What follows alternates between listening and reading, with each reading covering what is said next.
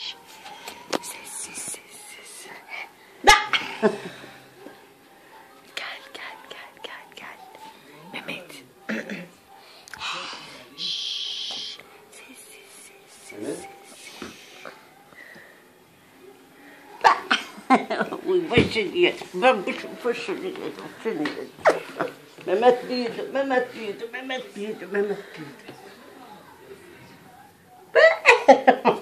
Aa, Mehmet nerede? Mehmet kayboldu. Mehmet kaybolmuş. Aa, Mehmet yok. Mehmet yok. Mehmet kayboldu. Uy düşmez.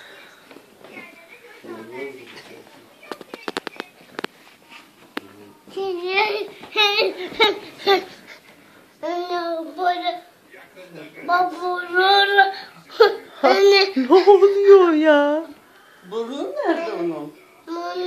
Onun burnu nerede? Buradaymış. Burun. Nerede burnu? Nerede burnu? Göster. No. Don't. Kulağım nerede? Benim kulağım nerede? Nerede benim kulağım? Nine. Uy, ben korkuyorum. Don't do it. Orada ne var ya?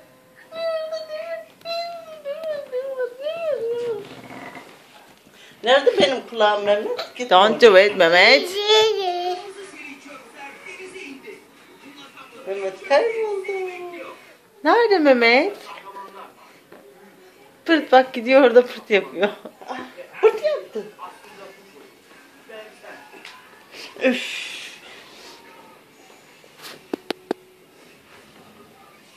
Bu çıktı.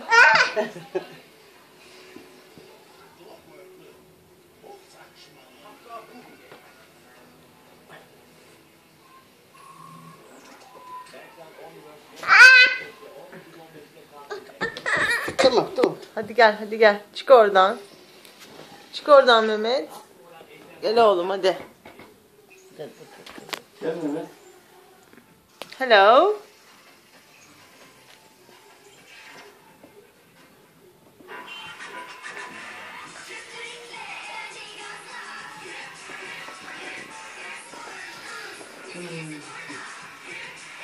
Hadi tut bunu getireyim seni.